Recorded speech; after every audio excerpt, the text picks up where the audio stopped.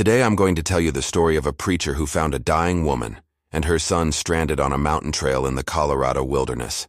Reverend Thomas Reid never planned to become a father figure to young Samuel, especially with the boy's violent stepfather hunting them across the territory. But what happened next left everyone in shock. Please subscribe to our channel and comment where you're listening to this story from. Reverend Thomas Reid pulled his horse to a stop, squinting against the late afternoon sun that filtered through the pines. The mountain trail ahead narrowed dangerously, hugging a cliff face on one side with a steep drop on the other. His mare snorted, sensing his hesitation. "Just a little farther, girl," he murmured, patting her neck. "We'll find a place to make camp before dark." 6 days of riding had taken their toll on both man and beast.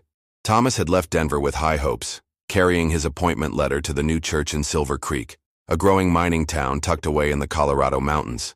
At 35, it would be his first parish, after years of itinerant preaching across the territories. A chance for a fresh start, a place to bury the past. The mare's ears suddenly pricked forward. Thomas tensed, his hand moving instinctively to the revolver hidden beneath his black coat. Though a man of God, 5 years in the Western Territories had taught him caution. That's when he saw it. A covered wagon tilted awkwardly on the trail ahead, one wheel broken and splintered. No movement, no sound. Thomas approached slowly, alert for any sign of danger. "Hello? Anyone there?" The wagon's canvas cover was weathered and torn in places. No horses in sight, either taken by whoever had attacked the travelers or set free when supplies ran out. The scene told a story of abandonment. He was about to move on when a small figure darted out from behind the wagon. A boy, no more than 7 years old, stood in the middle of the trail. Dirt smudged his face, but couldn't hide the striking blue of his eyes or the golden hair that suggested recent care despite his current state. His clothes, though dusty, were of good quality. "Mama said you'd come," the boy said, his voice eerily calm. Thomas felt a chill despite the warm afternoon. "What's that, son?" "Mama said someone would come. She said to wait." The child's gaze was unnervingly direct. "Are you a doctor?" Thomas dismounted slowly. "No, I'm a preacher, Reverend Thomas Reid." He knelt to the boy's level. "What's your name?" "Samuel Winters." The formality of the child's full name struck Thomas as oddly adult. "Mama needs help. She's sick." Thomas glanced at the wagon with growing concern. "Is your mama inside? Is anyone else with you?" Samuel shook his head. "Just Mama. Pa's not here." The way the boy said it, flat, emotionless, raised the hairs on Thomas's neck. He tied his horse to a nearby pine and followed Samuel to the wagon. The interior was dim after the bright mountain sunlight. As his eyes adjusted, Thomas made out a figure lying on a makeshift bed of blankets. The woman's breathing was labored, her face flushed with fever, but even in illness, her beauty was evident. Long golden hair, similar to her son's, spread across the pillow. Her eyes fluttered open at their approach. "Samuel," her voice was barely a whisper. "I found him, Mama. The man you said would come." The woman's feverish gaze fixed on Thomas. "Thank God," she breathed. Thomas moved closer, crouching beside her. "Ma'am, I'm Reverend Thomas Reid. Your boy found me on the trail. You need medical attention." "Too late for that, Reverend." She coughed weakly. "Listen carefully. I don't have much time." "Don't talk like that, ma'am. The nearest town can't be more than—" "Please." Her hand shot out with surprising strength, gripping his wrist.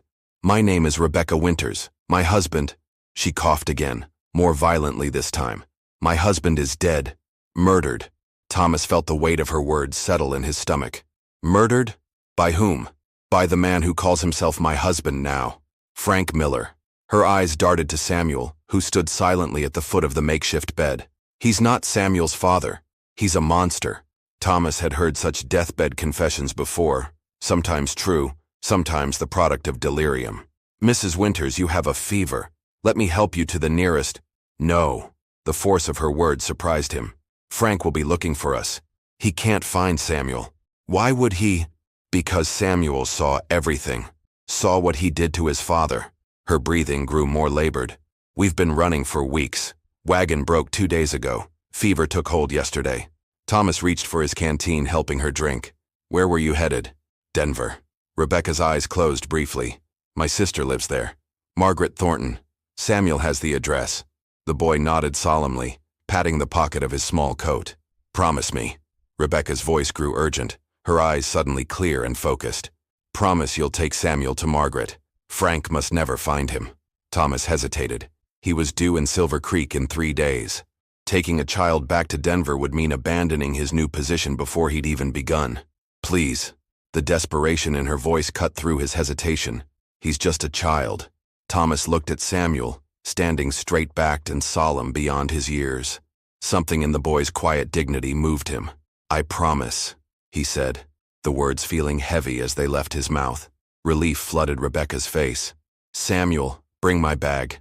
The boy retrieved a small leather satchel from beneath the wagon seat. Rebecca's trembling hands fumbled with the clasp until Thomas gently took it from her. Inside, she whispered, proof of everything for the authorities in Denver. Thomas opened the bag to find documents, property deeds, marriage certificates, letters, and a small leather pouch that clinked with the unmistakable sound of gold coins. Enough to care for Samuel until you reach Margaret. She coughed again, blood speckling her lips. And this? She pulled a gold locket from around her neck. For Samuel, so he remembers. Thomas nodded, placing the locket carefully in the bag. I'll see it done, Mrs. Winters. She turned to her son. Come here, my brave boy. Samuel approached, his face a mask of control that no child his age should wear. Remember what I told you, Rebecca whispered, touching his cheek. Trust the Reverend. Mind what he says. And never forget, her voice broke, how much I love you. I won't forget, Mama. Samuel's voice was steady, but a single tear tracked down his cheek. Rebecca's eyes found Thomas's again. There's a clearing half a mile back. Make camp there tonight. Leave at first light. Frank and his men won't be far behind. How many men? Thomas asked, practical concerns asserting themselves. 3, maybe 4. Her breathing grew more labored. Frank Miller is cruel, but cunning, respected in some circles. He'll say I've gone mad, that I stole from him, that Samuel is his son. None of that is true. None of it. Her voice was fading. The papers. Explain everything. Thomas nodded, seeing the life ebbing from her. Would you like me to pray with you, Mrs. Winters? A faint smile touched her lips. Yes, Reverend. I would like that very much. As the sun set behind the mountains, Thomas Reid's deep voice recited the 23rd Psalm, while a small boy held his mother's hand. By the time he finished, Rebecca Winters had slipped away, her face peaceful in death. Samuel didn't cry. He stood silently as Thomas gently closed his mother's eyes. What happens now? The boy asked. Thomas placed a hand on the child's shoulder. We need to bury your mama, son. Then we'll make camp as she suggested. And tomorrow. Thomas looked down at the solemn blue eyes staring up at him. Tomorrow we start for Denver. I made a promise to your mother, and I intend to keep it. As they laid Rebecca Winters to rest in a shallow grave beneath a towering pine, Thomas couldn't shake the feeling that his life had just changed irrevocably. The new parish in Silver Creek would have to find another preacher. He had given his word to a dying woman, and in the territories, a man's word was often all he had. Thomas woke before dawn, his body stiff from sleeping on the hard ground. For a moment, he was disoriented, the weight against his side unfamiliar. Then, yesterday's events came rushing back. Samuel had curled against him in the night, seeking warmth and perhaps comfort, though the boy had yet to shed a single tear for his mother. He studied the child's sleeping face in the gray pre-dawn light. In sleep, Samuel looked his age, just a small boy, vulnerable and innocent. Awake, those startling blue eyes held a weariness no child should possess. Thomas carefully extricated himself without waking Samuel and rekindled the small fire. As he prepared a meager breakfast from his saddlebags, he contemplated the journey ahead. Denver was at least 5 days' ride back the way he'd come, assuming good weather and no trouble. And trouble, it seemed, was likely heading their way. He unfolded the map he'd been using, tracing possible routes with his finger. The main trail would be the fastest, but also the most obvious path if Frank Miller was indeed pursuing them. Alternative routes would add days to their journey. Is that Denver? Thomas looked up to find Samuel awake and watching him, those unnerving blue eyes alert despite the early hour. Yes, Thomas replied, tapping the map. We're here, and Denver's here. It's quite a journey. Samuel nodded solemnly. Mama said Aunt Margaret would take care of me. Have you met your aunt before? The boy shook his head. Mama said they haven't spoken in years, but she said blood is thicker than water, whatever that means. Thomas offered the boy some jerky and hardtack. It means family takes care of family, even when they've been apart. Samuel accepted the food without comment, chewing methodically. After a moment, he asked, "Did you bury people before? You knew what to do with Mama." The directness of the question caught Thomas off guard. "Yes," he answered honestly. "Part of being a preacher is helping people through difficult times. Do you think Mama's in heaven?" Thomas met the boy's gaze. "I do. The Bible tells us those who believe will find peace in heaven." Samuel considered this. Frank said heaven's just a fairy tale preachers tell to get people's money. Thomas felt a flash of anger toward the unseen Frank Miller. "And what do you think, Samuel?" The boy was quiet for a long moment. "I think I want Mama to be somewhere nice." He looked down at his half-eaten breakfast. "Not in the ground. The body returns to the earth," Thomas said gently. "But the soul, who your mother truly was, that goes on to heaven." Samuel didn't respond, but Thomas noticed him slip a hand into his pocket, where he knew the boy kept his mother's locket. They broke camp quickly, leaving little trace of their presence. Thomas helped Samuel onto his mare, then mounted behind him. The boy was light. Too light, Thomas thought, making a mental note to find proper food when they reached the next settlement. They rode in silence as the sun rose fully over the mountains, casting long shadows across the trail. Thomas kept a careful watch on their surroundings, one hand ready to reach for his revolver if needed. He wasn't a gunman by nature, but years in the territories had taught him basic proficiency.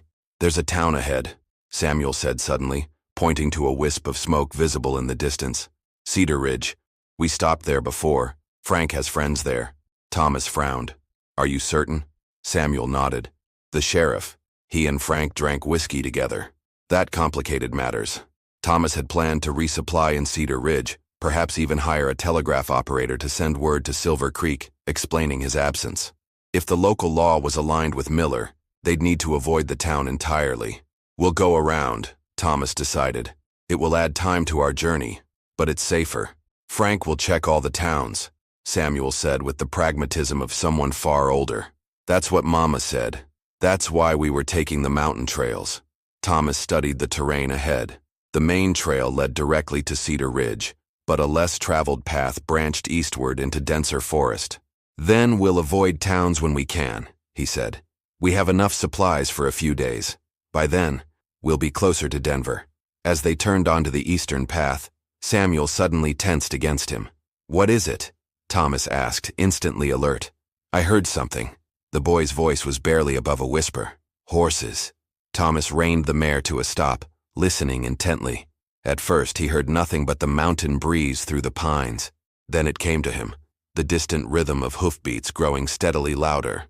"Hold tight," he instructed, urging the mare forward at a faster pace. The animal responded willingly, sensing the urgency. The path narrowed as they pressed deeper into the forest, forcing them to slow despite the approaching riders. Thomas calculated their options. The mare was already carrying double weight. They couldn't outrun pursuers for long. Their best chance was to find a place to hide and let the riders pass. "There," Samuel pointed to a dense thicket where the path curved around a large boulder. "Mom and I hid there before when men were following us." Thomas guided the mare off the trail and into the underbrush, wincing at the noise of breaking branches. They dismounted quickly, Thomas leading the horse deeper into the thicket where they couldn't be seen from the path. He covered the mare's muzzle gently with his hand to keep her quiet. They didn't have long to wait. Within minutes, 4 riders appeared on the trail, moving at a steady trot. From their hiding place, Thomas could see them clearly through gaps in the foliage. The man in the lead rode a large black stallion and wore a fine coat despite the dust of travel. His beard was neatly trimmed, his hat expensive, not the typical appearance of a frontier ruffian. Yet there was something cold in his expression that made Thomas instinctively tighten his hold on Samuel's shoulder. "Frank," the boy breathed, so quietly that Thomas barely heard him. One of the riders, a wiry man with a pockmarked face, pulled his horse to a stop near their hiding place. "Trail splits here, Miller. Which way you reckon they went?" The well-dressed man, Frank Miller, surveyed the area with calculating eyes. "Rebecca would avoid towns. She knows I have connections." He pointed toward the eastern path they had just taken. "That way." The pockmarked man spat tobacco juice onto the ground. "Sure she's still alive? Been days since anyone's seen 'em." "She's alive," Miller said with chilling certainty. And if not, the boy's with her. Either way, I want them found. Boy ain't even yours, muttered another rider, a heavy-set man with a week's growth of beard. Don't see why. Miller's hand shot to his revolver. Questioning me, Davies? The heavy-set man paled. No, sir. Just saying, the boy is legally my stepson. Miller cut him off. More importantly, he's a witness. I can't have him running his mouth to authorities in Denver. Thomas felt Samuel trembling beneath his hand. Let's move, Miller ordered. I want to reach the ridge by nightfall. If they're on this trail, we'll find them. The riders continued eastward, following the same path Thomas and Samuel had been taking. When the sound of hoofbeats faded, Thomas finally relaxed his grip on the mare's muzzle. They're following us, Samuel whispered, his face pale. They're ahead of us now, Thomas corrected gently, which means we need to find another way. He consulted his map again. Their options were limited. Return to the main trail towards Cedar Ridge where Miller had connections, or forge a new path through largely unmapped territory. We'll head north, he decided. There's a mining settlement there, Silver Peak, small enough that your stepfather might not have influence. Samuel looked unconvinced. What if he finds us? Thomas met the boy's worried gaze. I made a promise to your mother, Samuel. I intend to keep you safe, no matter what. The boy studied his face as if searching for deception. Finally, he nodded. Mama said I could trust you. Your mama was right. Thomas helped him back onto the horse. Let's find a different trail before those men realize they've passed us. As they carefully made their way north through the dense forest, Thomas found himself wondering what exactly was in the documents Rebecca had entrusted to him. What had Frank Miller done that made him so desperate to silence his stepson? He patted the saddlebag where he'd stored Rebecca's leather satchel. Whatever secrets it contained would have to wait. For now, their priority was staying alive and ahead of their pursuers. But Thomas couldn't shake the feeling that this journey was only beginning, and that the real danger still lay ahead. They reached Silver Peak as dusk painted the mountains in deepening purples and blues. The settlement was little more than a cluster of rough-hewn buildings clinging to the mountainside, a far cry from the bustling mining towns Thomas had seen elsewhere in Colorado territory. Stay close, Thomas murmured to Samuel as they rode down the settlement's only street. A few miners lingered outside the saloon, eyeing the newcomers with the natural suspicion of isolated communities. Thomas headed for a small building with a crudely painted sign reading Mercantile and Lodging. He lifted Samuel down from the saddle, noting how the boy immediately pressed close to his side, eyes warily scanning their surroundings. A bell jangled as they entered the store. Behind a worn counter stood a woman with gray-streaked hair pulled into a severe bun. Her weathered face suggested years of mountain living, but her eyes were sharp and assessing. Evening, she greeted them, gaze moving from Thomas's clerical collar to Samuel's too solemn face. Don't get many preachers up this way. Just passing through, Thomas replied. Need supplies and a place to rest for the night. My name's Thomas Reid. This is Samuel. Martha Holloway, the woman responded. I run this place since my Jacob passed. Got a room in back if you don't mind sharing. 2 bits for the night includes breakfast. Thomas nodded gratefully. That would be most welcome, Mrs. Holloway. Martha's eyes lingered on Samuel. Boy looks half-starved. When's the last time you had a proper meal, child? Samuel glanced up at Thomas, as if seeking permission to speak. It's been a while, Thomas answered for him. We've been on the trail for days. Martha's expression softened slightly. Got stew on the stove, not fancy, but it's hot. We'd appreciate that, Thomas said, reaching for his money pouch. Martha waved him off. Pay me after you've eaten. Go on through to the back. I'll bring it in. The room behind the store served as Martha's living quarters, with a small kitchen and a wooden table. 2 doors led off to what Thomas assumed were bedrooms. Samuel stood awkwardly until Thomas guided him to the table. It's all right, he said softly. You can sit.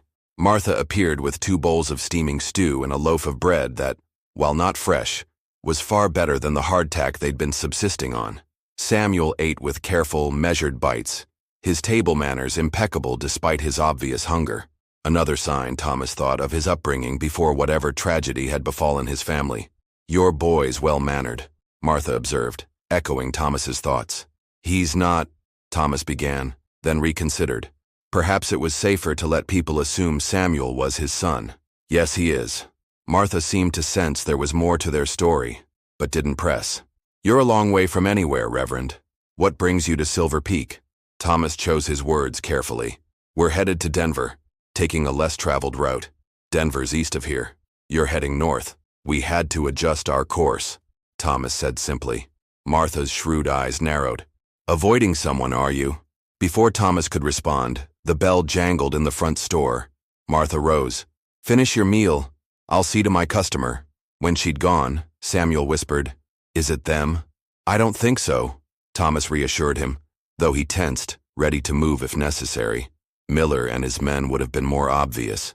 They could hear Martha's voice from the store, then a deeper male response. Ordinary business, it seemed. Thomas allowed himself to relax slightly. Tomorrow we'll resupply and continue toward Denver, he told Samuel. It will still be several days' journey, but we'll make better time now that we're rested. Samuel nodded, then asked hesitantly, What happens when we reach Denver? Will you stay with me until we find Aunt Margaret? The question caught Thomas off guard. He hadn't thought much beyond delivering Samuel safely to his aunt. Of course, he said. I promised your mother I'd see you safely to your family. Samuel seemed relieved. Good. I don't want... He stopped abruptly as Martha returned. Just Caleb Anderson picking up supplies, she explained, then fixed Thomas with a penetrating stare. He mentioned some men passed through early this morning. 4 riders asking questions about a preacher traveling with a boy. Thomas's blood ran cold.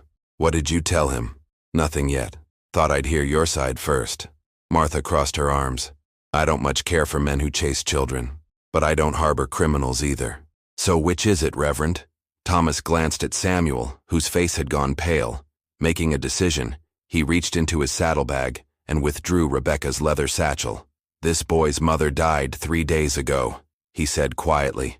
Her last request was that I take him to his aunt in Denver. The men following us include his stepfather who, according to the boy's mother, murdered his real father. Martha's expression remained impassive. That's quite a claim.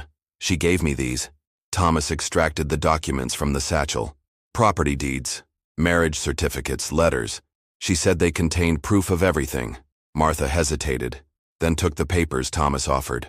She scanned them quickly, her eyes widening as she read. Frank Miller, she said, looking up sharply. The businessman from Boulder? Thomas nodded. You know of him? Know of him. Never met him personally. Martha's mouth thinned to a hard line.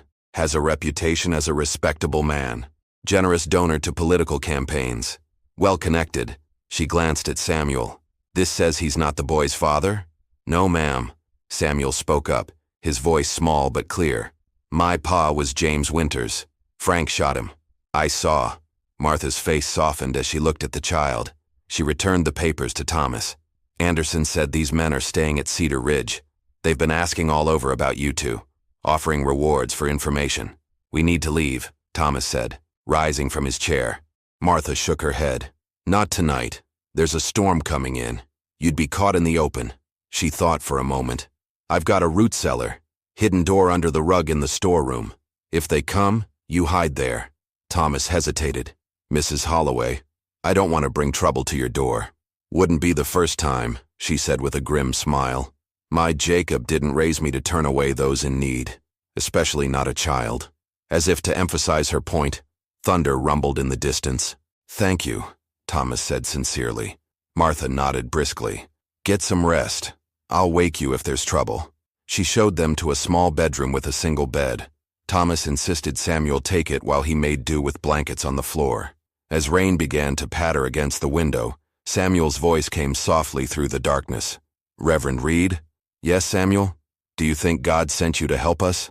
Mama always said God watches over us. Thomas considered the question carefully. His relationship with God had grown complicated in recent years, his faith tested by experiences he preferred not to remember. I believe God puts people in our path when we need them, he finally answered. Perhaps he put me in yours. And us in yours? Samuel asked, surprising Thomas with his insight. Perhaps that too. Samuel was quiet for so long that Thomas thought he'd fallen asleep. Then, I miss her. Mama, I mean. I know, Thomas said gently. It's all right to be sad. Frank said men don't cry, that it's weak.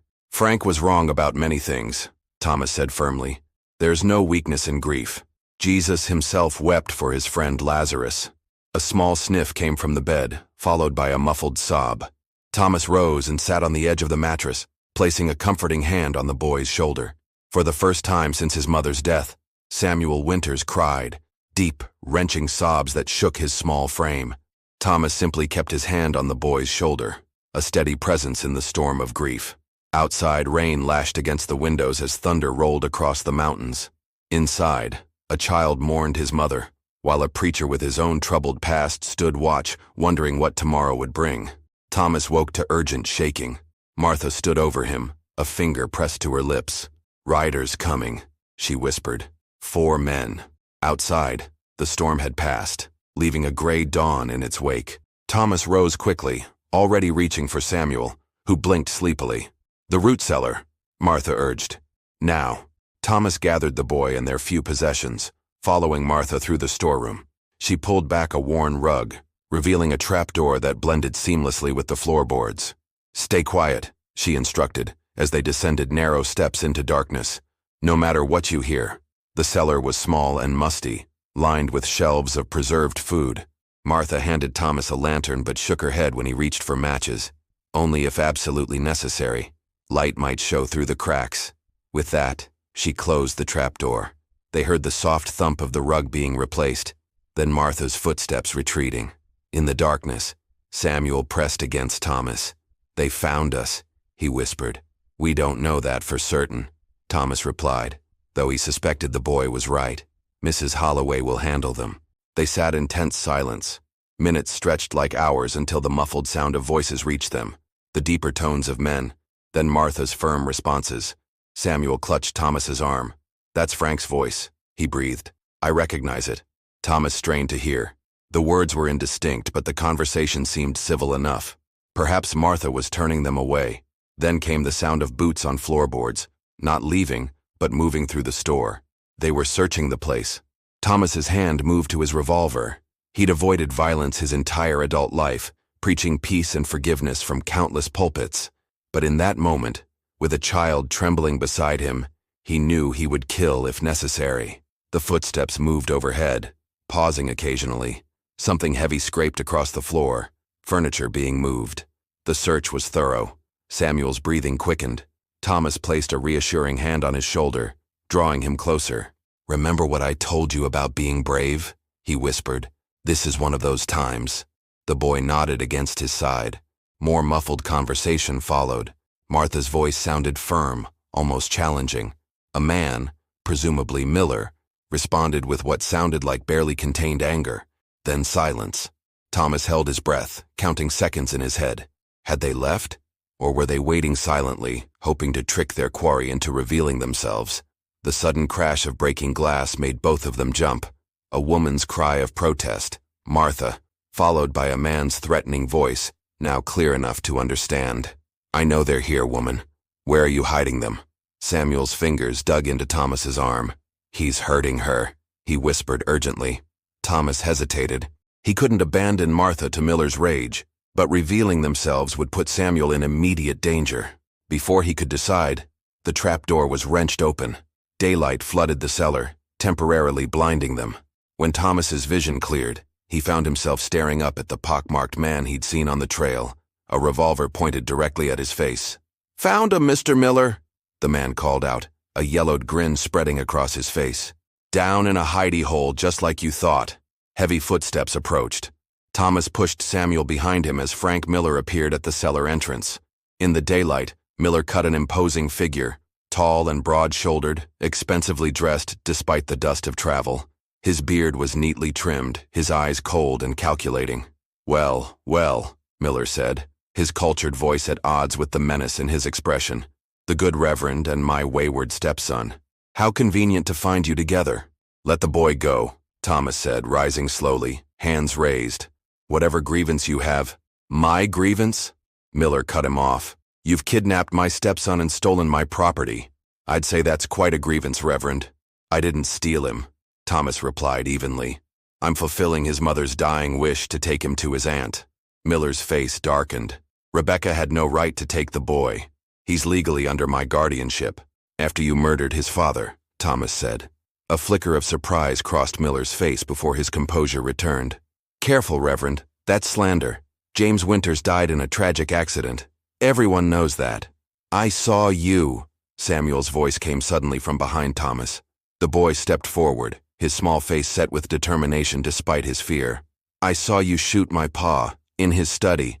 You thought I was asleep, but I wasn't. Miller's expression hardened. Children imagine all sorts of things, especially when influenced by an unstable mother. He gestured to his men. Bring them up, both of them. Rough hands seized Thomas, dragging him up the cellar steps. Samuel followed, another man's grip tight on his shoulder.